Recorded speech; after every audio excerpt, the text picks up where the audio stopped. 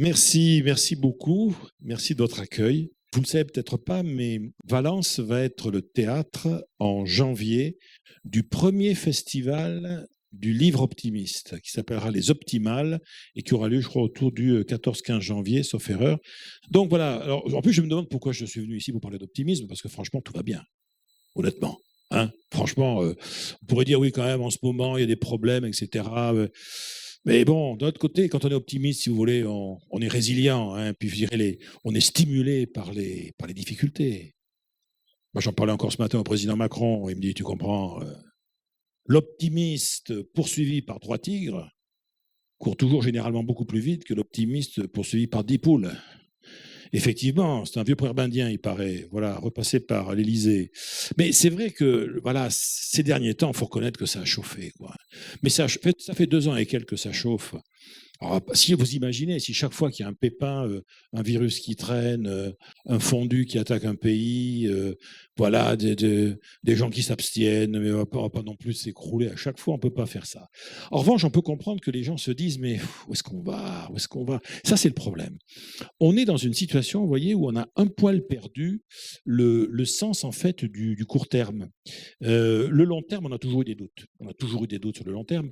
Mais on avait l'habitude du court terme. Enfin, qu'est-ce que je fais dans 2 mois, 3 mois? C'était pas trop, pour nous, en tout cas, dans notre pays, pas sur une marque vraiment d'anxiété. Et ça, c'est un truc qui est en train de bouger.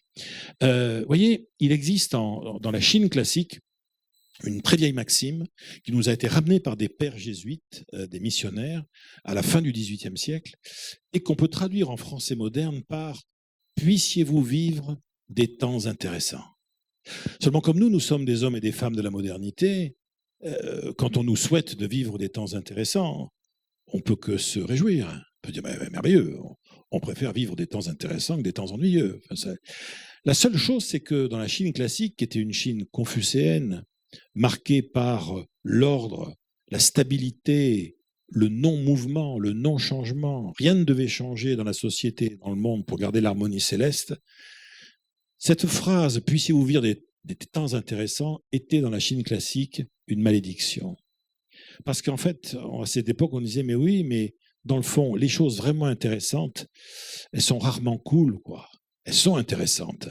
Et il se passe d'ailleurs en ce moment des tas de choses intéressantes, hein, en géopolitique, en politique nationale, etc. Voilà, des tas de trucs intéressants se passent. Mais c'est pas parce que c'est intéressant que c'est chouette. Vous voyez.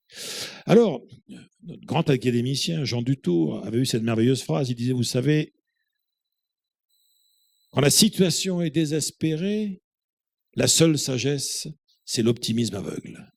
Ce qui d'ailleurs à l'époque avait été traduit par Coluche qui disait, de toute façon, Jean Dutour vient de nous expliquer que si par hasard on se retrouve dans la merde jusqu'au cou, c'est pas le moment de baisser la tête. Voilà. Emmanuel, si tu nous entends, voilà. Et quand on y réfléchit, vous voyez, on ne sait jamais ce qui va se passer. Je vais vous donner un exemple historique, parce que quand même, des gens de haut niveau ici ce soir, donc on va revenir à l'histoire. Le Titanic, par exemple. Titanic, bateau de croisière, mais de haut niveau. C'est un truc, vous voyez, le client de base du Titanic, c'était pas un glandu. Bon. Le Titanic avait beaucoup de prestations de grande qualité, dont, entre autres, un restaurant qui était le restaurant des premières, qui était le restaurant de luxe du Titanic. La photo est totalement authentique.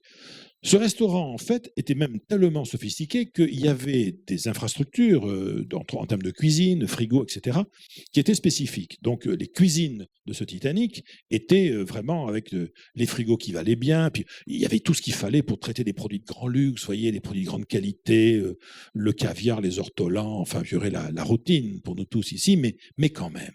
Et effectivement, il y avait dans cette cuisine, c'est logique, des produits frais. Et dans les produits frais, il y avait effectivement un aquarium dans lequel des homards immenses attendaient de se faire bouffer. Et il faut reconnaître qu'à un moment donné, le Titanic a coulé. Et c'est à ce moment précis que la plupart des homards n'ont pu s'empêcher de se dire on n'est jamais à l'abri d'une bonne surprise. Je sais, c'est dur, c'est dur, c'est dur. Mais voilà, tout ça pour vous dire que on ne sait jamais trop ce qui va se passer. Nous, ça fait maintenant quand même plusieurs. Qu'est-ce que je dis? Il fait 2 ans et quelques. On souffle le chaud et le froid. On sait, ça va s'arranger, ça s'arrange pas. On replonge, on repue, on déconfine, on reconfine. Le virus disparaît, il revient. Vladimir se calme, il s'énerve. Enfin bon, c'est tout à l'avenant cette affaire-là. Et nous, on se dit, mais nous, qu'est-ce qu'on fait là? Ça, c'est un point important, vous voyez, pour nous tous. Une vie humaine, c'est une suite ininterrompue de bifurcations, de toutes sortes. Il y a des bifurcations volontaires. Vous avez décidé de bifurquer. Vous avez décidé de faire tel type d'études. Vous avez décidé de rester dans cette région, voire d'y venir. Vous avez décidé de choisir telle personne pour vivre avec. Vous avez peut-être un jour décidé que cette personne que vous aviez choisie n'était peut-être pas la personne idéale que vous aviez pensée au début. Et vous avez donc décidé d'en trouver un ou une autre, voire plusieurs. Ne soyons pas bourgeois. Voilà. Parfois, en revanche, les bifurcations, elles nous sont tombées dessus. Voilà. Une entreprise où on est très très bien et puis tout d'un coup, on se fait sortir. On n'a pas vu venir le coup. Un pépin de santé. Un accident de la vie. Voilà. Des bifurcations qu'on n'a pas demandé et ça s'est passé pourtant. D'un autre côté, vous voyez, il y a une chose qui est sûre, c'est que quoi qu'il nous arrive, on veut essayer de s'en sortir. Moi, je fais de l'accompagnement. J'ai démarré, j'avais à peu près 28 ans. Vous voyez, quand j'ai fini mes études de psychologie, j'en avais 28. Je suis dans ma 65e année. Je ne vous cache pas que j'en ai vu des vertes et des pas mûres, hein, en plus de 30 ans. Mais il y a un truc. J'ai jamais rencontré une seule personne qui me dit, Monsieur Gabillet, vous pourriez m'aider à échouer, s'il vous plaît? Je voudrais me planter là, mais me planter, vous voyez, mais bien. Une loose mémorable, un truc qui a un peu de gueule, hein, qui resterait dans les mémoires. Non, tous les gens, même si les choses sont difficiles, ils veulent tous essayer de s'en sortir, et plutôt dans ce sens-là. C'est pas moi qui le dis, hein, c'était André Gide qui avait écrit dans un roman, qui était Les nourritures terrestres, un être humain est fait pour suivre sa pente, à condition néanmoins que ce soit en montant. Bon. Et ce qui est vrai d'ailleurs pour les entreprises, c'est aussi vrai d'ailleurs pour les hommes et les femmes qui travaillent dans les entreprises. Enfin, une entreprise, elle est faite à la fois pour créer de la valeur économique, sociale, etc., voire sociétale, mais elle est aussi là pour aider les gens, les hommes et les femmes qui y travaillent, à eux-mêmes accroître leur valeur économique, sociale, en étant formés, en ayant des revenus qui augmentent, etc., etc. Et c'est vrai qu'on peut se dire, mais alors, attendez, les clés de la réussite, elles sont un peu instables. Oui, c'est instable. La réussite, c'est un truc instable. Ça peut se retourner, hein, mine de rien. On a eu des tas d'exemples comme ça. Mais les clés de base de la réussite, c'est toujours les mêmes. Il n'y a rien de secret. D'ailleurs, vous les connaissez parfaitement. Si on a, de toute façon, c'est pas compliqué. On va faire un petit test. Quels sont celles et ceux ici qui sont père ou mère de famille? Voilà. Experts en réussite. Celle de vos enfants. Parce que, par exemple, vos enfants, assez régulièrement, surtout à un certain âge, ils vous amènent un certain nombre de reporting. Vous voyez, qu'on appelle le bulletin de notes. Et il arrive que ce bulletin de notes soit, comment dirais-je, ambigu. Et en plus, nos enfants, parce qu'ils sont intenables, nos enfants, hein, ils n'arrivent pas à se mettre en tête. Ah, allô, oui. Ils n'arrivent pas à se mettre en tête que nous, à leur âge, on avait que des bonnes notes. C'est pour ça qu'on s'énerve, vous voyez. Alors, celui qui vous ramène des prunes, à un moment donné, je vois très bien le truc. Le bulletin un peu dégueu, vous voyez, il arrive le jeudi. Le vendredi, ça marine un peu, et le samedi, à la table familiale, ça explose. Il y en a un des deux, vous, votre conjoint, peu importe, qui lui prend du jus. Je te préviens, hein, si tu veux réussir dans la vie, il va falloir qu'à un moment ou à un autre, tu redécouvres le sens du mot travail. Le gosse, pour réussir dans la vie, il faut travailler. Le mensonge, incroyable. Mais qu'est-ce qu'il dit l'autre fou là? Non, mais je ne dis pas. Je dis, il faut arrêter de dire aux enfants que pour réussir dans la vie, il faut travailler. Parce que si vous leur dites ça trop longtemps, un jour, ils en auront le bol. Et un jour, vous leur refaites le coup, puis devant tout le monde, ils vous disent, tu veux dire réussir dans la vie comme toi? Ah, dis donc, 20 Dieu, vous avez un rebelle à la maison, dis donc, un zadiste. Incroyable. Incroyable. Et alors, en plus, c'est pas tout à fait faux, vous voyez, parce que franchement, honnêtement, moi, j'en ai connu des bosseurs dans l'entreprise, mais vous en avez sûrement connu. Des bosseurs de chez bosseurs, toute leur vie, ils ont bossé. Eh ben, je suis navré, et c'est resté les plus bosseurs du rez-de-chaussée, si vous voyez ce que je veux dire. Hein. Et il y en a d'autres, il n'y en a pas ici, hein, mais ailleurs.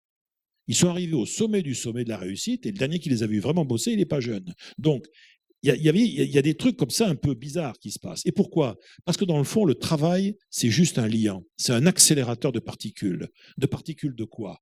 De particules de talent. Alors là, oui, si vous identifiez les talents et que vous mettez du travail dessus, là, il y a des miracles. D'ailleurs, on se devrait dire, quel est le rôle dans le fond de l'éducation? Ça devrait être de faire découvrir ses talents aux gens. La formation continue, pareil, le monde du travail. Si le monde était bien fait, on passerait nos vies à partir à la recherche de nos talents pour bosser dessus et s'éclater gravement. Bon. Alors cela dit, ça suffirait pas. Ça suffirait pas parce qu'on vit dans un monde de concurrence, de compétition, où parfois, je sais pas moi, on répond à un appel d'offres, on l'a pas, on va pour convaincre un client, ça marche pas non plus, on essaie d'obtenir un examen, on le rate. Voilà. On vit aussi dans un monde où il faut parfois remettre sur l'ouvrage pour mieux s'en sortir. Nous vivons dans un univers où celles et ceux qui gagnent à la fin sont presque toujours celles et ceux qui se sont découragés en dernier. Parce qu'effectivement, la persévérance va être un élément clé. Pour que tout ça fonctionne, il va falloir un espèce d'état d'esprit global. Alors on pourrait l'appeler enthousiasme, motivation, engagement. Il y a un lexique absolument colossal. Scientifiquement parlant, si vous voulez, on a en psychologie positive ramené ça sous un concept un peu fédérateur qu'on va appeler pour l'instant l'optimisme. Alors, c'est-à-dire, attention, on n'est pas n'importe où quand même ici. Notre rapport à l'optimisme, si vous voulez, culturellement, il est maîtrisé quand même. Hein. Dans tous les classements, on est le pays le plus pessimiste du monde quand même. Hein. C'est Michel Audiard qui disait, de toute façon, en France, si les pessimistes volaient, il ferait nuit. Et alors, Frédéric Dard, lui, il avait un truc formidable. Il disait, dans tous les autres pays, ils avancent dans la mauvaise direction. Nous, on est le seul qui recule dans la bonne. Mais on est dans cette espèce d'univers assez étonnant, vous voyez, où, comment vous dire, alors on dit les Français sont ronchons. C'est pas vrai. Non, on n'est pas ronchons.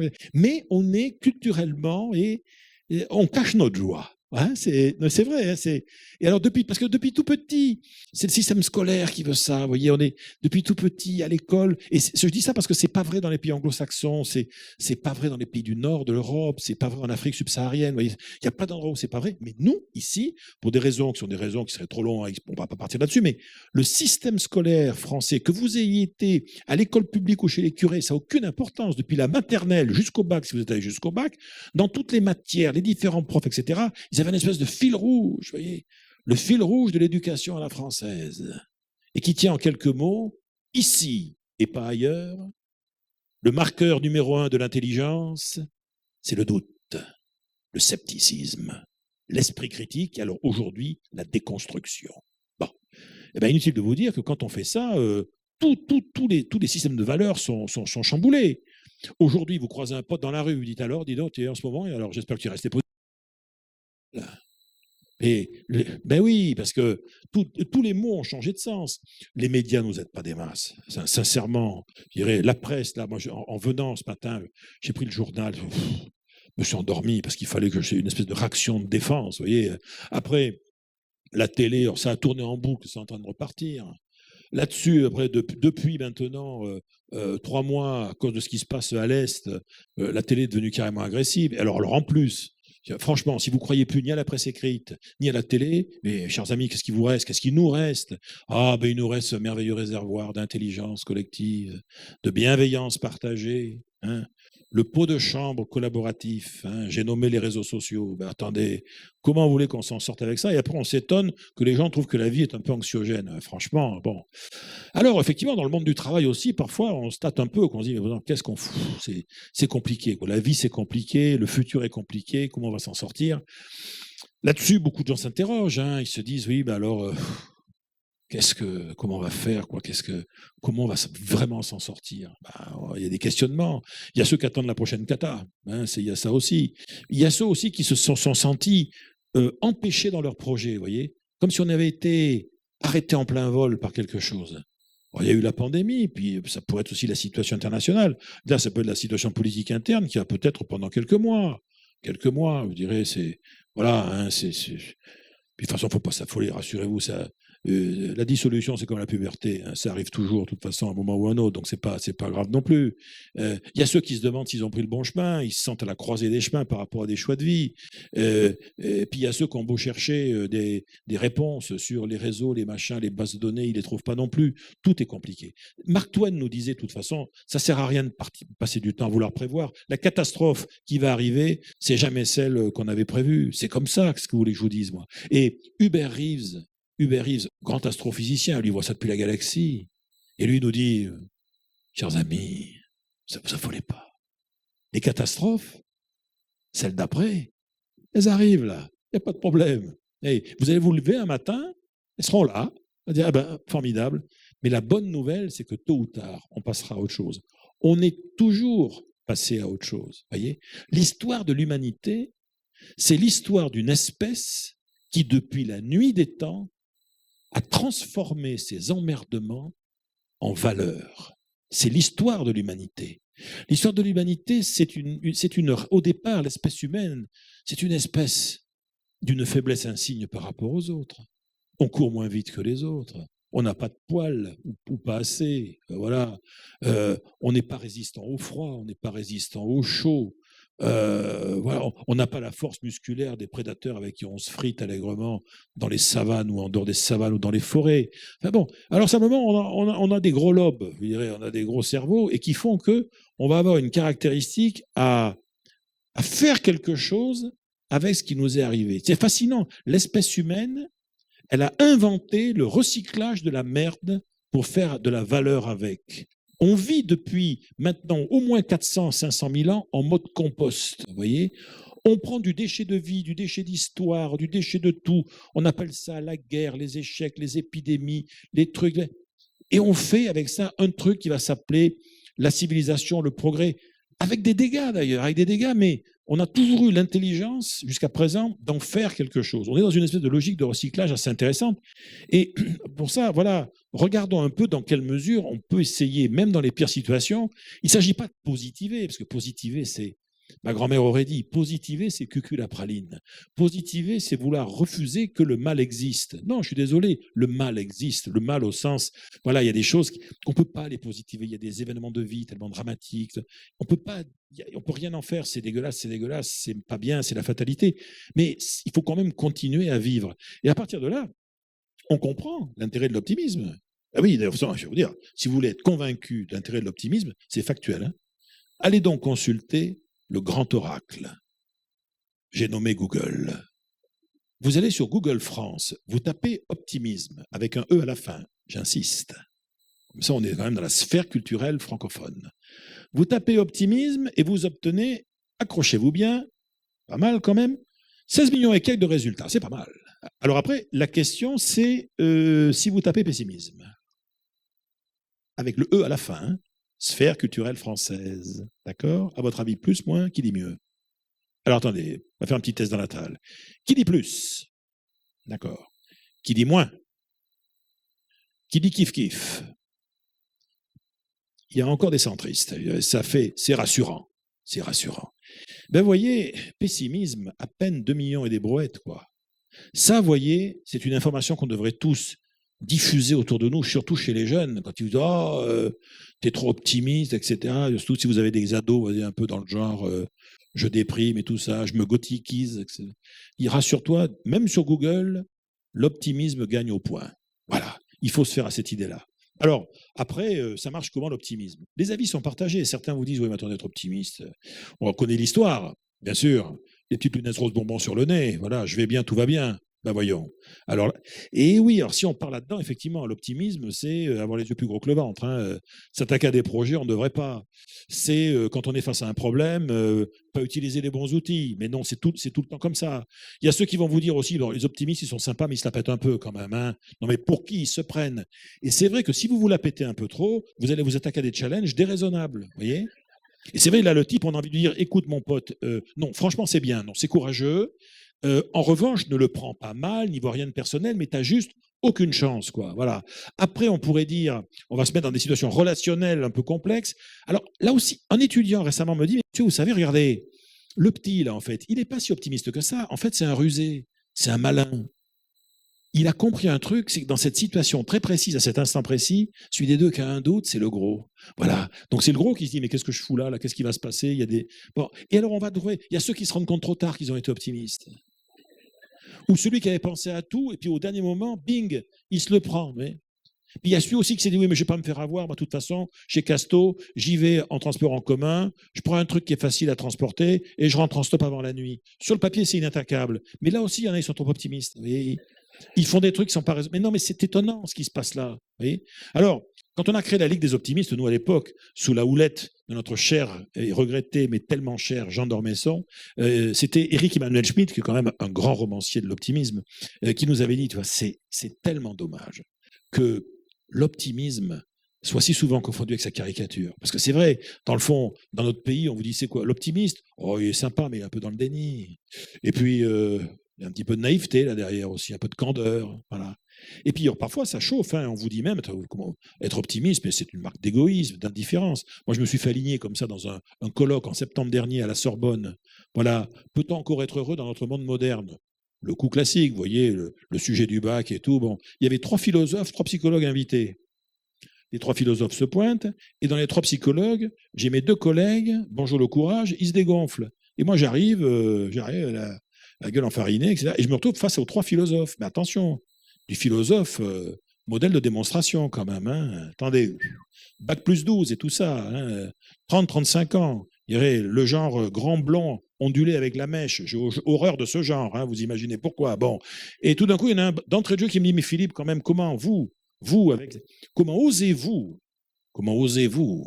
être encore optimiste dans un monde qui va si mal?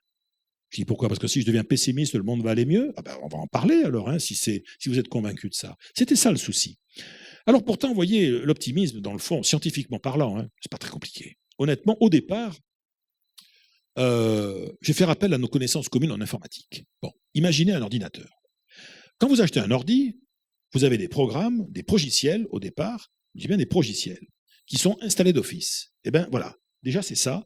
L'optimisme, c'est un truc qui est installé d'office à la naissance. On le porte en nous, c'est porté par le génome, ça s'appelle le circuit de l'espoir, the hope circuit, c'est le circuit neuronal qui fait qu'on a la capacité en tant qu'animal, en tant que sujet, à élaborer des finalités positives pour nous maintenir en situation d'envie, de désir, d'espoir, etc. Bon.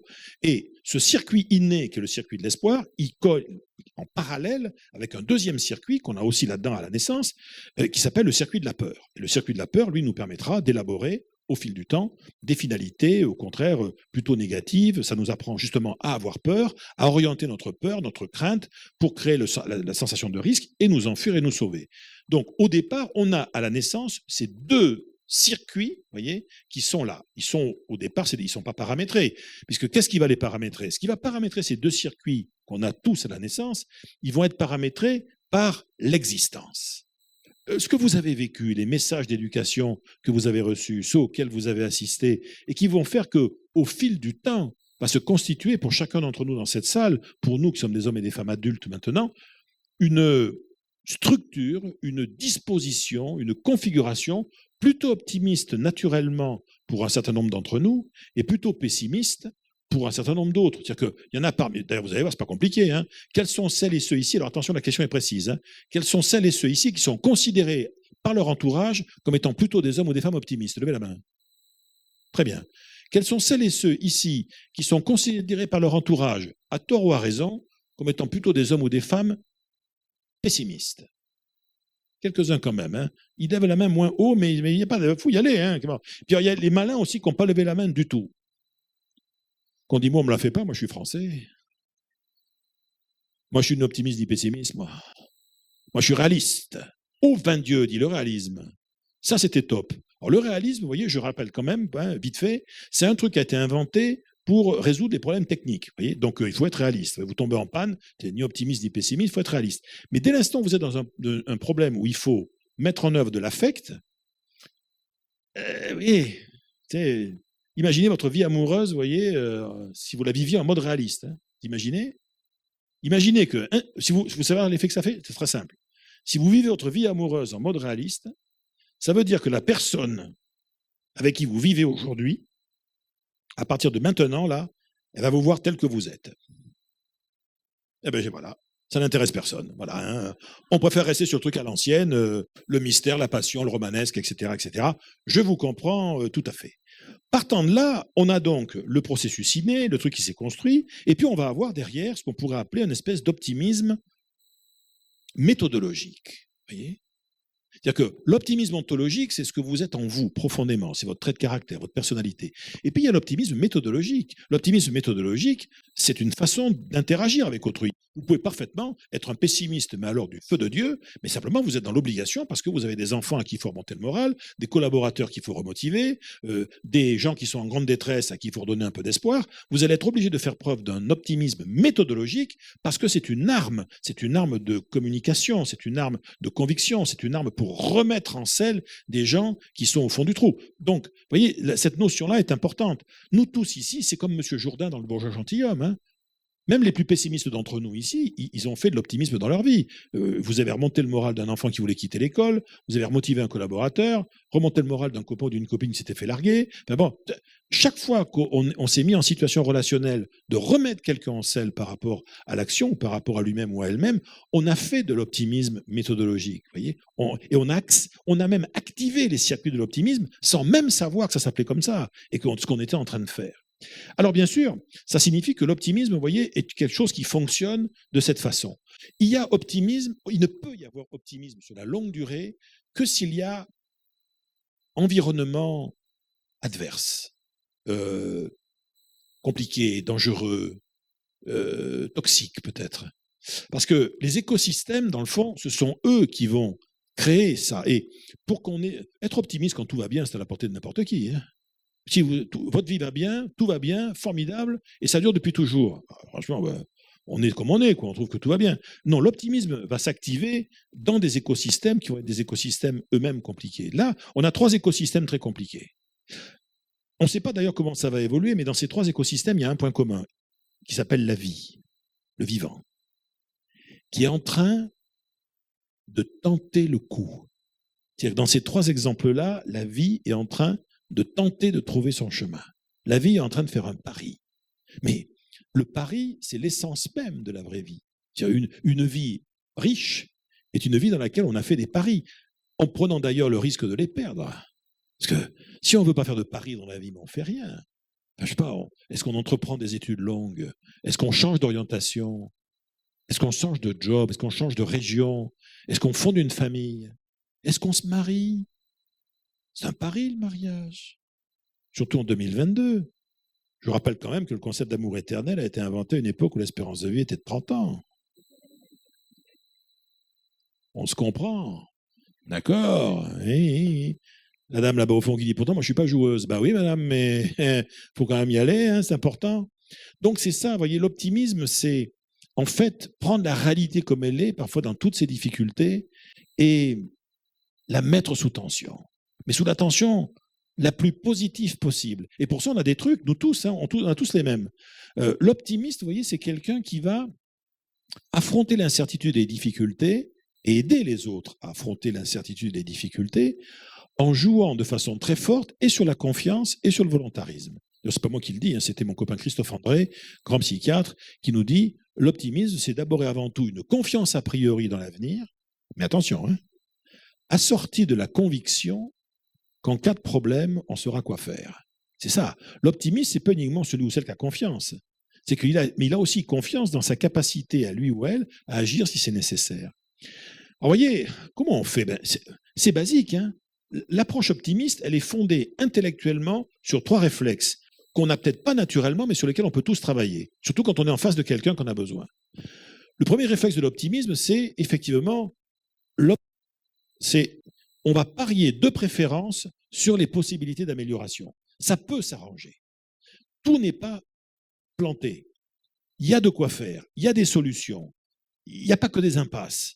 Il y a peut-être des choses qu'on n'a pas encore essayées ou qu'on avait essayées, mais c'était trop tôt, on va les réessayer, ça marchera peut-être. Vous voyez, la posture optimiste est une posture, toujours, je parie sur l'anticipation positive. Bon.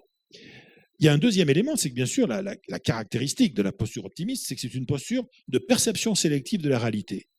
Ça ne veut pas dire que l'optimiste voit la réalité vraiment, et que les autres se trompent. Non. L'optimisme, c'est une façon de voir la réalité qui va créer une énergie chez autrui. C'est lui montrer aux autres le monde d'une façon qui donne envie de se mettre en harmonie et d'agir avec le monde. Il y a un vieux proverbe oriental qui dit « Quand mon meilleur ami est borgne, je le regarde de profil ». Picabia, le peintre, disait « Les pessimistes ont un problème dans leur tête. Ils sont persuadés quand même que toute journée est entourée de 2 nuits. » Mais ça ne va pas, non. Non, c'est le contraire, heureusement. Hein. Oui, c'est chaque nuit qu'entourée de 2 jours. Moi, j'étais chez Chanel en septembre, là. La DRH de Chanel m'avait raconté un truc. Alors moi, je vous le dis, mais enfin, je vous le raconte parce qu'elle me l'a dit, et puis que c'était Coco Chanel. Et Coco Chanel était une femme quand même plus que libérée. Hein. Elle, bon. Mais alors, elle avait tenu des propos quand même qui, aujourd'hui, je ne sais pas si elle pourrait les tenir. C'est quand même Coco Chanel qui avait eu cette phrase merveilleuse. Les femmes pessimistes sont persuadées que tous les hommes sont volages. Les femmes optimistes espèrent bien que c'est vrai. Je vous laisse y réfléchir. Hein. De nos jours, ça passerait moins, ce genre de truc. Bon. Et donc, regardez en priorité ce qui va bien, c'est ça. Et surtout ce qu'on peut en apprendre. Le coup du verre à moitié plein, c'est ça. Attendez, franchement, c'est quoi le meilleur vin de la région, c'est quoi?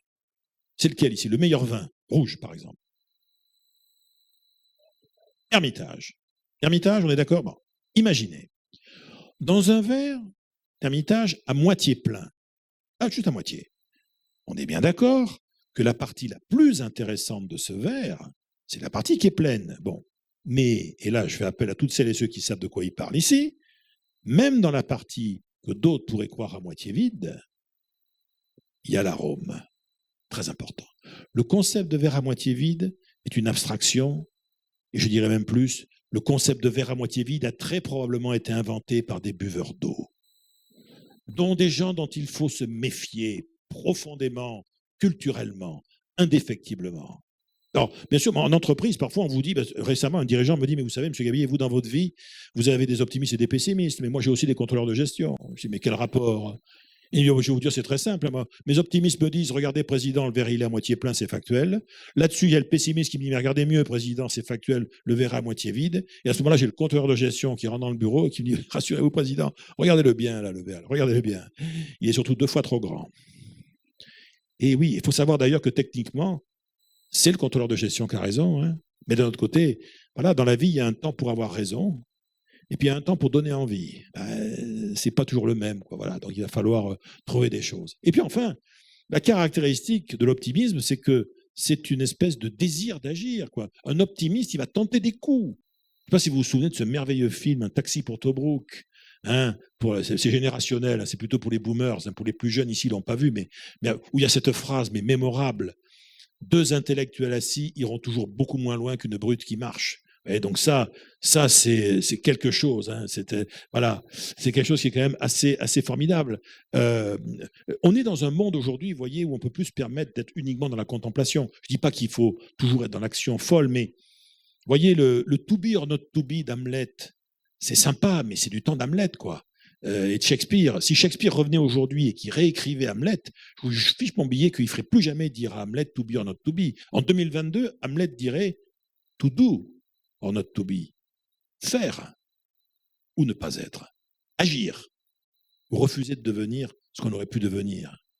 Moi, j'aime bien cette approche de Milan Kundera, d'un de nos grands écrivains européens, qui dit à tout prendre, voilà, je préfère être optimiste et me tromper, plutôt qu'être pessimiste pour la seule satisfaction d'être le gars qui a eu raison. Et dans le monde de l'entreprise, franchement, hein, voilà, je veux dire, je fais appel à votre bon sens, mais sincèrement, si vous ne pensez pas que votre optimisme à vous, le vôtre, vraiment, hein, au quotidien, puisse créer et entretenir un mental de réussite, eh bien écoutez, il n'y a aucun souci, vous faites du pessimisme et puis on en reparle. Hein, je ne peux pas mieux vous dire, hein, on ne peut pas non plus faire plus que ça. Alors, est-ce que par ailleurs, ça veut dire que l'optimisme, c'est l'alpha et l'oméga? Non, bien sûr que non, ça serait une erreur. Parce qu'on est sur des forces antagonistes, vous voyez, on est sur un truc qui est très yin-yang, vous voyez, hein, c'est très oriental de ce point de vue-là. Et en fait, dans la vie de tous les jours, on se balade en fait avec parfois un point de vue plutôt pessimiste sur un sujet et puis des fois un qui l'est plus. On est dans cette logique-là, vous voyez. Ça, par exemple, ce machin-là. Je dis ce machin parce que pour l'instant, je ne sais pas ce que c'est. C'est un truc en plastique bleu avec des rivets. Bon, il peut être installé à plusieurs endroits. Selon l'endroit où vous allez l'installer, ça peut être ou effectivement un tremplin ou un plongeoir. Bon, mais en revanche, imaginez, il est installé à un endroit où c'est censé être un plongeoir. Mais vous en savez comme tremplin. Vous avez intérêt à savoir nager. En revanche, il est installé à un endroit où c'est vraiment un tremplin. Et là, pour le coup, vous en servez comme plongeoir. vous allez avoir des migraines, quoi. Hein, vous voyez ce que je veux dire, hein, voilà ce qui va se passer. Donc, bien sûr, la vie n'est pas manichéenne, vous voyez, c'est vrai que l'optimisme est parfois risqué. On ne peut pas dire le contraire. Hein. Parfois, on pousse le bouchon un peu loin. Alors, je précise quand même, attention, ceci est un trucage, n'est-ce pas? Ne vous amusez pas à faire ça. L'autre jour, je fais ça dans des étudiants. Il y en a un qui me dit: ah ben ouais, j'ai vu ça. Ils font ça dans Banlieue 13 de Luc Besson. Je dis: oui, d'accord, mais si vous faites ça, vous le faites dans une voiture qui est à l'arrêt, décapotée. C'est un conseil d'amis. Voilà. Après, vous avez des gens qui se mettent dans des situations où ils font preuve quand même d'un optimisme exacerbé. Hein. Et quand je dis exacerbé, c'est exacerbé. Il y a des fois des espèces de mise en risque comme ça, quand même assez formidable. Il y a ceux qui décident de tourner le dos au danger, de toute façon, je m'en fous complètement, je m'en sortirai toujours. Alors là, lui, quand même, lui, il est en hyper-optimisme, lui, il est à donf, lui, quand même, hein, il est bien. D'autant plus que lui, là, je peux vous dire un truc, regardez bien, regardez où il est, regardez où est le requin. Là, ça pourrait très mal tourner très vite. Hein. Mais le type s'en fout. Pourquoi? Il se dit, mais même si ça tourne mal, je m'en fous, je trouverai des solutions. On en fera quelque chose. Quoi. Il en peut plus, le mec. Vous voyez, il est bon. Alors là, celui-là, il est bien. Celui-là, il a. Surtout par rapport à lui, ses passagers, tout ça, c'est quand même un petit peu moyen. Là, vous avez un gars qui, quand même, il se met dans une situation. Ouais, non, mais hein, ouais, non. C'est d'ailleurs, vous savez en stratégie, on appelle ça la mise en danger de l'avantage concurrentiel. Hein. C'est un truc. Non, c'est pas assez moyen. C'est moyen. Alors là, vous avez un expert. Ça, c'est un expert voilà, c'est un McKinsey. Alors, oui, de toute façon, je suis à la fois un expert en fromage et un expert en tapette, alors à souris, hein, bien évidemment. Et donc, je sais ce que je fais. Et vous avez la deuxième version, c'est celui qui a fait des stages, voilà, hein, qui est. Oui, alors lui, il dit, non, mais attendez, j'ai fait le stage et tout ça sur la gestion des risques et tout ça, j'ai pris mes précautions, foutez-moi la paix. Il dit, oui, mais cher ami, là, le danger est très grand. Alors, vous avez aussi ceux qui avaient, parfois, là, ils sont seuls, mais vous avez des gens qui, parfois, à chaque bout de la chaîne, il y a quelqu'un qui a été trop optimiste. Et donc, à deux, ça fait des drames, quoi, vous voyez, il se passe des trucs, oui, je sais, oh, je sens que madame, elle a eu mal pour deux. Oh là là. Non, alors, et en plus, regardez bien, parce que le mec qui est au bout, là, regardez bien, regardez attentivement. Au dernier moment, le mec, il a un doute. Il essaie de se mettre en PLS, mais non, impossible, c'est affreux, c'est affreux. Voilà, donc, plus sérieusement, qu'est-ce qui se passe là? Le point commun, vous voyez, entre le plongeur, la souris et le gars du bus, ils sont en fait dans une situation où leur optimisme devient dysfonctionnel pour des raisons très précises. Et ça, c'est important pour nous dans nos vies. Hein, parce que dans nos vies, il peut arriver qu'on rencontre des situations où il y a 2-3 caractéristiques qui doivent nous alerter. Par exemple, si on rencontre une situation où on fait courir un risque vital à quelque chose d'important pour nous. Bon, là, bien évidemment, dans les exemples que je vous ai donnés, c'est pour la vie même, mais parfois, on peut faire courir un risque vital à une amitié, à la réputation de l'entreprise, au bas de bilan, au haut de bilan, à un client, à un contrat. Et on va faire courir un risque vital à un truc qui est essentiel pour nous. Premier critère, attention. S'il y a le deuxième critère en plus, c'est-à-dire en plus on maîtrise que dalle, quoi, parce qu'on n'a pas la main, on n'a pas la main. Risque vital plus pas la main, attention, là il faut commencer peut-être à adopter, on va dire, un pessimisme de bonne aloi. C'est-à-dire, c'est pas un pessimisme, vous voyez, de renoncement, mais un pessimisme un peu actif. Et si en plus, dernier point, on se retrouve dans une situation où les conséquences de tout ce qui est en train de se passer se révéleraient désastreuses, là, pour le coup, peut-être qu'effectivement, il faut jouer le pessimisme. Mais en comprenant bien que le pessimisme, ce n'est pas l'ennemi de l'optimisme. Vous voyez, c'est pas Harry Potter et Voldemort qui sont en train de se friter. Non, c'est pas ça. On est dans une logique, vous voyez, où on est sur deux forces intérieures. L'une avec laquelle on est peut-être plus à l'aise que l'autre. Pessimiste ou optimiste, ça dépend de vous.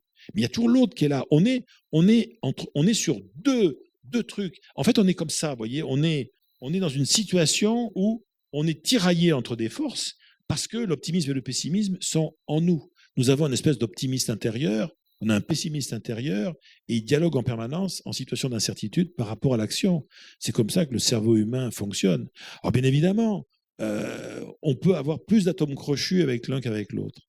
Vous avez des gens, ils ont confié leur maison intérieure depuis bien longtemps à leur petit optimiste intérieur, mais la sagesse veut qu'on se garde un peu on se garde quand même le pessimiste comme larbin quand même, hein, parce qu'il nous aidera bien des fois à affronter des difficultés. Il y en a d'autres, au contraire, ils ont de suite, ils ont vraiment, ça a fité, quoi, vous voyez, avec le pessimiste intérieur. Ils sont bien avec. C'est aussi une zone de confort, le pessimisme, mais il vaut mieux garder un petit peu de pessimisme, d'optimisme à côté pour pas déprimer complètement, quoi. Donc, ce qui compte, c'est qu'il faut toujours avoir les deux. Quelqu'un qui ne vivrait qu'en tête à tête avec son optimiste intérieur, parce qu'il aurait viré son pessimiste intérieur. Ah, faut jamais licencier son pessimisme. Bah oui, parce que là, on va se retrouver dans un monde de rêve, quoi, hein, chez Barbie, quoi. On est sans souci la Violette, quoi. Il n'y a pas de problème. Et en revanche, c'est pareil de l'autre côté. Vous avez des gens, un jour, ils ont viré parce que la vie les avait un peu fracassés, parce qu'il y a eu un deuil, parce qu'ils ont eu une déception amoureuse qui les a. Et ils ont véritablement licencié, sans préavis, leur optimiste intérieur. Et depuis, ils vivent en tête à tête, hein, uniquement avec leur pessimisme intérieur. Il faut savoir, c'est que là, si ça arrive, c'est le syndrome de Stockholm. À force de vivre en tête à tête avec son pessimisme intérieur, on finit toujours par en tomber amoureux. Et ça porte un nom. Ça s'appelle le cynisme.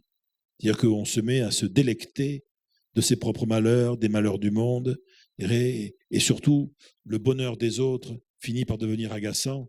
Au mieux, ça s'appelle l'envie, au pire, la jalousie. Globalement, je dirais, ce n'est pas des choses extrêmement positives, tant pour nous, tant que pour notre esprit.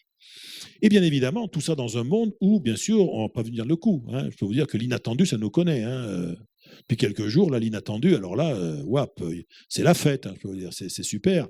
Ben oui, parce que dans le fond, le pessimisme positif, il est là pour nous aider à affronter l'inattendu. Et le pessimisme peut être très positif. Vous voyez, je vous donne un exemple. Dans les entreprises, je pense que dans toutes vos entreprises, à un moment ou à un autre, vous faites de la veille. Mais la veille commerciale, la veille stratégique, la veille technologique, la gestion des risques, c'est une espèce d'approche de vigilance qui ne peut être activée que parce qu'il y a notre petit pessimiste intérieur, individuel ou collectif, qui nous dit allô, c'est là que ça se passe. Fais gaffe là, danger peut-être.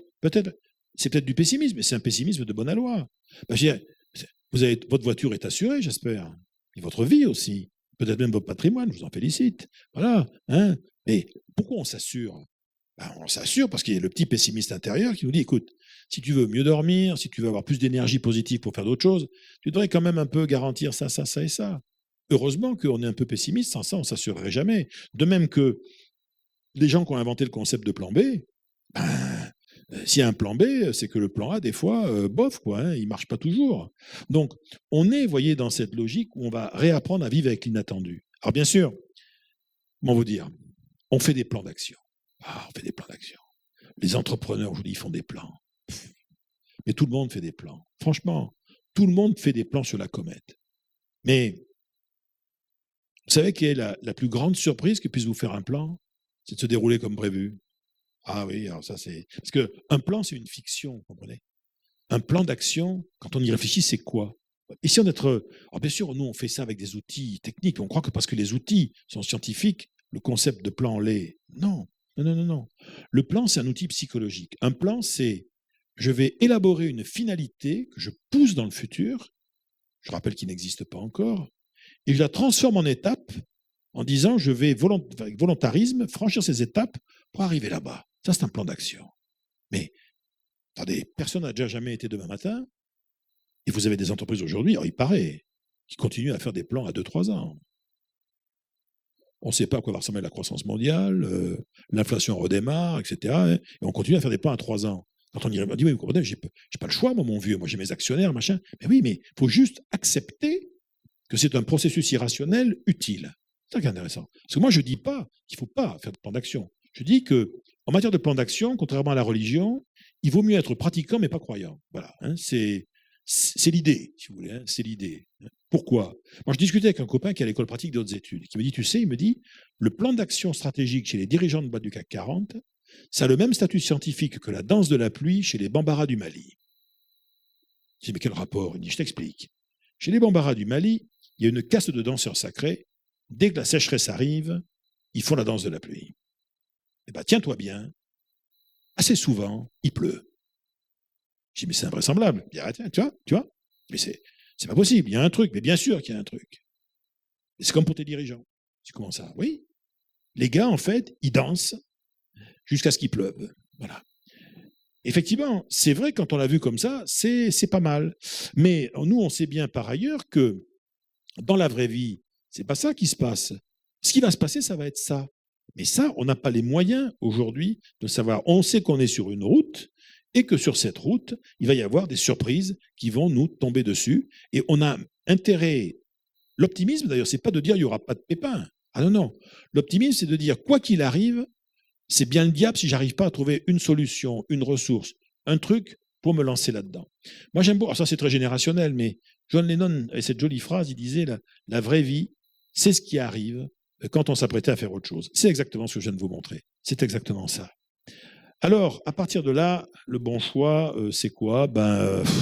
On pèse le contre, on pèse le pour, et on se pose la question, aujourd'hui, dans les entreprises, comment on fait pour rester optimiste ensemble? Alors, des fois, il y a des difficultés, hein, clients, produits, machin, marché. Alors, moi, je vous propose une idée très simple. L'optimisme, quand on regarde bien, c'est typiquement, vous voyez, une énergie verte, quand on réfléchit bien. C'est une énergie psychologique verte, une énergie renouvelable. Pourquoi? Parce que l'optimisme est une énergie qui augmente au fur et à mesure qu'on la partage avec les autres. Donc c'est ça l'enjeu.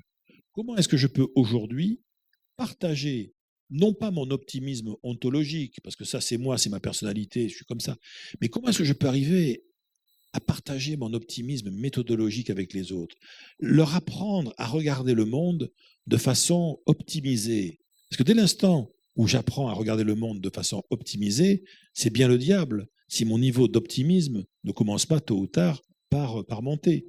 Et ça va passer par des attitudes assez particulières, vous voyez, toujours les mêmes. Moi, je vous propose 4 pistes.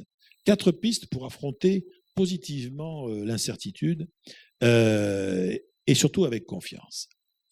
Dans le monde du travail, première chose, et ça on l'a mesuré, si vous voulez, donc on sait que ça tient la route, ça s'appelle la Strength-Based Approach en anglais, donc c'est l'approche par les forces, c'est un élément absolument clé pour maintenir, dans l'éducation avec les enfants, avec les malades, avec les personnes âgées, avec des gens qui sont en grande détresse sociale, etc., avec des collaborateurs, c'est une approche essentielle qui est la suivante. Se concentrer en priorité sur nos points forts. Mais ça veut donc dire qu'il faut dire oui, mais attendez, les points forts, ok, mais enfin, le problème, c'est qu'on a des points faibles, il faut les améliorer. Il n'y a aucune preuve, sincèrement. Pourquoi? Parce que si vous êtes un tant soit peu honnête avec vous-même, vous savez comme moi, vous le savez. Il y a beaucoup plus de choses en ce monde que vous ne savez pas, plutôt que de choses que vous savez. Vous et moi, on a beaucoup plus d'incompétences que de compétences. Mais elles sont sans importance. Vous voyez, vous vous rendez compte, on sait des choses, mais est-ce que à votre avis, les gens qui vous aiment, les gens qui vous apprécient pour vos incompétences, vos carences et vos défauts? C'est rare. Ils vous apprécient malgré ça. Parce que, dans le fond, on ne peut nous apprécier que par rapport à ce qui fait la différence, si possible positivement. Donc c'est le peu de choses que l'on est, le peu de choses que l'on sait, le peu de choses que l'on maîtrise, qui font qu'on fait la différence. On me dit, oui, mais enfin, quand même, attendez, j'ai quand même le droit d'essayer de corriger mes défauts. Ouais. Mais sachez simplement que passer trop de temps à corriger ses défauts, c'est un luxe d'immortel. Si vous êtes Highlander, vous pouvez y aller. Mais on n'est pas Highlander, chers amis. Vous savez, une vie humaine, une belle vie humaine bien remplie, tout ça, 90 années en pleine forme, vous voyez, c'est pas mal. Mais 90 années en pleine forme, c'est 33 000 jours. C'est 788 000 heures. L'autre jour, j'ai cassé l'ambiance comme ça à la maison avec mes enfants. J'ai 2 filles qui trouvent que je travaille trop. Ils disaient, papa, tu devrais te reposer. Je leur ai dit, les filles, se reposer, c'est un truc de jeune. Parce que vous avez tout votre temps. Moi, plus. J'ai eu une paix royale pendant le week-end. Je peux vous dire que là, ça a été, papa, qu'est-ce que tu veux? Tu veux un verre? Oui, bien frais surtout, merci. J'ai eu honte, hein. Très peu de temps. Voilà, donc c'est ça l'idée. L'idée, c'est que voyons d'abord là où on est bon. Voyons, vous n'avez jamais rencontré quelqu'un dans votre vie qui a réussi quoi que ce soit de génial en prenant appui sur ses carences. En revanche, si on pousse à fond sur ses points forts, si on essaie de faire la différence en ce monde avec là les endroits où on est bon, et en essayant aussi de découvrir en permanence de nouveaux endroits où on est bon, mais les défauts, les carences, etc., soit on les neutralisera, soit on finira par se les faire pardonner. C'est pas moi qui disais ça, c'est Thomas Gordon, grand psychologue de l'enfance, qui disait « Donnez à manger à vos qualités tous les jours et je vous garantis que vos défauts finiront par crever de faim. » Donc c'est très important, vous voyez, de garder ça à l'esprit. La deuxième idée, c'est qu'on vit dans un monde où on ne maîtrise pas tout. Et ceux qui sont les plus pessimistes, d'ailleurs, disent on maîtrise que dalle. Alors, je n'irai pas jusque-là. Mais c'est vrai que, attendez, le temps qu'il fait, moi, mais qu'est-ce que j'y peux? Qu'est-ce que vous y pouvez? Ce qui se passe dans la tête de Vladimir, qu'est-ce que j'y peux, moi? Attendez, j'en sais rien. L'économie mondiale, les taux d'intérêt, mais qu'est-ce que vous voulez que j'y fasse? Mais, donc, à un moment donné, on a quand même entouré de trucs auxquels on ne peut rien. Bon, le risque majeur des trucs auxquels on ne peut rien, c'est qu'ils ont un pouvoir d'attraction sur notre esprit qui est très puissant. Et si on se laisse hypnotiser par ça, on se met à ruminer. Alors la rumination, c'est ça, hein. C'est hyper dangereux, la rumination. La rumination, c'est une espèce de mécanisme mental où on se met à identifier en priorité tout ce qui ne va pas et à quoi on ne peut rien. On fait tout ça, et puis une fois que c'est bien mariné, que c'est bien pourri, on l'apprend par cœur, et quand on arrive au bureau, on en reparle à tout le monde longuement. Voilà, c'est l'idée. Hein. Mais la rumination, c'est très dangereux. Ruminer, passer son temps à regarder tout ce qui ne va pas et à quoi on ne peut rien, c'est en fait apprendre à son inconscient que toute action est inutile. C'est une leçon d'impuissance. Alors, c'est quoi l'objet? Qu'est-ce qu'on fait à la place? Je pense que qu'on ait nos enfants, nos collaborateurs, quand on est un prof, nos élèves, la lutte contre ça, c'est la recherche, la chasse non-stop à tout ce qui ressemble de pro ou de loin à des marges de manœuvre, des leviers d'action. Dès l'instant où j'ai un levier d'action, ça y est, la logique optimiste, elle est en train de redémarrer. Je vais vous donner un exemple clinique. Là, on a une grenouille qui est en train de se faire bouffer par un héron. On ne peut pas en vouloir aux hérons. Les hérons ont toujours bouffé les grenouilles, c'est depuis la nuit des temps. Simplement, là, on est tombé sur une grenouille française. Elle n'a pas l'intention de se laisser bouffer. Et donc là, il se trouve qu'elle a trouvé, vous avez remarqué, un angle d'attaque. Un angle d'attaque, d'ailleurs, qui est probablement pertinent. Quand on voit l'œil du héron, il y a une espèce d'angoisse dans l'œil qui vient d'arriver. Est-ce qu'elle est tirée d'affaire pour autant? Mais non, pas encore. Et non, pas encore. Parce que là, vous voyez, elle est confrontée, la grenouille, à deux enjeux, deux challenges, si vous préférez.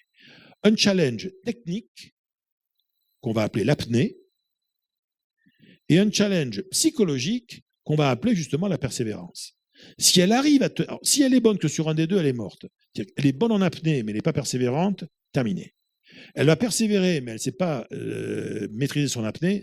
Mais si elle a les deux, alors là, je peux vous dire, tout peut arriver, et je pense qu'on peut se payer le luxe d'être optimiste pour elle. Moi, je me dis que de toute façon, elle s'en sortira. Voilà, je crois profondément ça.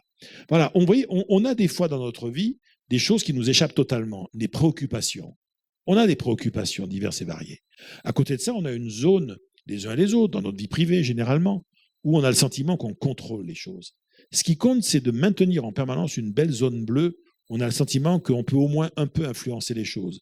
Plus un individu a le sentiment que dans sa vie, il y a des tas de même petites choses qu'il ou elle peut influencer, plus le moral a tendance, je dirais, à se maintenir. Après, on a aussi une autre idée pour maintenir l'optimisme, c'est de dire, tu as le droit d'essayer des choses. Ouais. Parce que, vous voyez, toute la civilisation humaine, depuis la nuit des temps, hein, au moins depuis 50 000 ans, parce que les 300 000 premières années, on a un peu glandouillé, mais depuis 50 000 ans, quand vous regardez l'histoire de la technique, vous voyez, tout, la médecine, les êtres humains, depuis au moins 50 000 ans, n'ont jamais cessé d'inventer des solutions pour affronter les problèmes qu'ils rencontraient. La quasi-totalité de toutes les solutions qui ont été inventées par Homo sapiens, par l'espèce, depuis 50 000 ans, la quasi-totalité de toutes ces solutions ont toujours été temporaires, partielles, imparfaites, voire bricolées. Mais ça a bougé, et tout ça mis bout à bout, ça a incrémenté, comme on dit aujourd'hui, et ça devient la civilisation, le progrès. Il y a des dégâts, mais encore une fois, l'intelligence est en train de s'y attaquer pour essayer d'en faire quelque chose. Et ça, on est la seule espèce qui fonctionne effectivement comme ça. Donc, ça signifie aussi que on doit aussi changer nos modèles mentaux. Moi, j'ai fait l'expérience récemment avec une de mes filles, hein, l'aînée. On faisait tout un topo et dans un stage, ça se passait pas bien avec sa maître de stage, etc. On parle du droit à l'erreur. Et moi, je lui fais le coup, tu sais, le droit à l'erreur, c'est important dans les boîtes et tout ça. Et elle me dit un truc qui m'a un peu agacé. Elle me dit, papa, c'est sympa ton truc, mais c'est un truc de vieux. Je- Insolente en plus. Hein. Je dis, c'est un truc de vieux. Ça va pas, non? Je dis, si, c'est un truc de vieux. Est-ce que tu crois sincèrement, est-ce que tu penses sincèrement que le droit à l'erreur, c'est un concept qui crée de l'enthousiasme? Est-ce qu'il y a de l'éros? Je dis, parfois, on ne parle pas comme ça à son père, ça va pas, non? Oui, c'est mieux que rien, le droit. Je dis, voilà, tu l'as dit. C'est mieux que rien. Mais moi, tu vois, pour moi, le droit à l'erreur, c'est un truc complètement has-been. Je m'en tape, moi, qu'on me laisse le droit à l'erreur. Je dis, mais qu'est-ce que tu veux qu'on fasse dans ce cas-là? C'est elle qui m'a donné cette image. Elle m'a dit, mais écoute, papa, regarde. Toi, tu vois, tu as une médaille que tu tiens devant toi comme ça. Moi, je suis en face de toi. Tu as une médaille, et toi, ça fait 40 ans que tu vois sur cette médaille droit à l'erreur. Parce que ouais, tu regardes que la médaille que de ce côté. Mais je t'assure que moi, je suis de l'autre côté de la médaille. C'est la même médaille, hein. Mais c'est marrant, moi, de l'autre côté, je vois écrit autre chose. Toi, tu vois écrit ça, et moi, je vois écrit, effectivement, devoir d'essayer. Et en fait, si j'ai le devoir d'essayer, c'est génial, hein, parce que là, pour le coup, ça voudra dire que le droit à l'erreur, il est donné, et c'est gratos, et il est donné avec. Donc, voilà, et je peux d'ailleurs dire que ça sera le dernier point, mais une étude a été faite pendant le confinement par l'Université de Pennsylvanie. Ils se sont rendus compte que dans les grandes boîtes, les plus grandes boîtes américaines, ils ont réussi à mesurer un truc étonnant. Alors d'ailleurs, étonnant. C'est pas si étonnant, mais quand même, en tout cas, à la mesurer. Pour nous, pour les chercheurs, c'est important. Dans le personnel d'une entreprise, plus les gens, les employés à niveau égal, se font confiance les uns les autres, plus le niveau global d'optimisme, je dirais, augmente. Quand je dis se font confiance, ils font confiance dans la compétence de l'autre. Ils ont confiance dans la fiabilité de l'autre. Ils ont confiance dans la détermination de l'autre. Et entre eux, vous voyez, le niveau d'optimisme, c'est-à-dire que quand on sait qu'on a autour de soi des gens sur qui on peut compter, le niveau d'optimisme se met à augmenter. Et ça s'appelle la loi d'échange de valeur et d'utilité en psychologie sociale. Ça tient d'ailleurs en quelques mots, qui pour moi sont des mots importants. C'est que, vous voyez, la meilleure façon pour atteindre ses objectifs dans la vie, c'est de toute façon toujours d'aider ceux dont on a besoin à atteindre les leurs.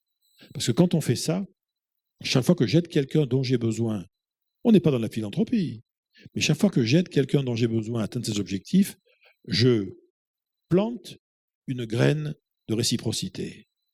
Je la plante, hein. Je ne dis pas qu'elle germera ou qu'elle. Non. Si ça se trouve, elle mourra de sa belle mort, c'est pas grave. Hein. Il y a des terrains acides, hein, même aussi dans les relations. Mais si ça se trouve, ça va se passer différemment et à un moment ou à un autre, celui ou celle-là pour qui j'ai fait ça, lui ou elle, pour pouvoir, lui ou elle, atteindre ses objectifs à un moment ou à un autre, il aura besoin de m'aider, moi, à atteindre les miens. Et ce qui était qu'une graine de réciprocité deviendra une boucle de réciprocité. Et tout ça, mis bout à bout, créera une chaîne de réciprocité. Et quelque part, la chaîne de réciprocité, c'est quand même l'un des marqueurs, je dirais, des civilisations où il n'y a pas de guerre. Donc, c'est intéressant d'aller regarder comment ça fonctionne. Voilà, disons-nous que dans le fond, l'avenir appartient sans doute aux optimistes, mais pas aux optimistes BA, aux optimistes responsables. Et les optimistes responsables, aujourd'hui, ils savent que voilà, on doit jamais négocier sur l'objectif, sur la réussite. On y arrivera. On va s'en sortir. On va trouver des solutions. Même à l'Assemblée nationale, vous allez voir, on va en trouver. Mais vous allez guérir, monsieur. Tu l'auras ton bac, feignant. Voilà. Le résultat, on ne discute pas avec, mais il faut être clair que le chemin, il va être compliqué. C'est ça l'optimisme responsable. Voilà. On va s'en sortir, mais ça va être compliqué. On va trouver la solution à l'Assemblée nationale, mais ça va être un petit peu chaud pendant quelques semaines, quelques mois. Vous allez guérir, monsieur, mais il va falloir se battre. Tu l'auras ton bac en douille, mais on va reprendre les choses en main. Hein. La Wii, c'est terminé. Netflix, c'est terminé. La PlayStation, c'est terminé. À partir de maintenant, c'est Becherel, Gaffio. J'exagère peut-être un petit peu là. Peut-être, effectivement, vous me le dites, c'est peut-être pas raisonnable. Bref, on est tous à la veille de demain matin. C'est ça qui est formidable. Hein. Le futur commence à la fin de cette conférence. Et je me souviens toujours de cette merveilleuse phrase de Suzanne Bissonnette, qui était une poète américaine dans les années 30, et qui disait, dans le fond, vous voyez, l'optimisme, c'est l'incarnation humaine du printemps. Et un jour, un journaliste littéraire lui dit, mais cher ami, Quel rapport? Il dit, mais c'est simple. Il dit, voyez, le printemps, c'est la seule saison qui n'a pas d'extrême. Contrairement à l'été. L'été peut être extrême. Canicule, très difficile. L'automne peut être extrême. Hein. Ah bah oui, et trop triste, trop pluvieux, trop gris. L'hiver peut être extrême, trop glacial, trop polaire. Mais voyez, le printemps, c'est plus rare. C'est rare que quelqu'un vous dise, oh là là, cette année, le printemps, trop printemps, hein. Oh là là, la nature partout, les fleurs partout, retomber amoureux tous les 4 matins, c'est insupportable. Non, non, non, non. Alors, il y a des pollens, des fois, d'accord, il faut admettre, mais la plupart du temps, le printemps, on trouve qu'il n'est pas assez printemps. Vous voyez. Pourquoi? Parce que le printemps, c'est un truc très important pour nous, en tant qu'espèce, encore une fois. Hein.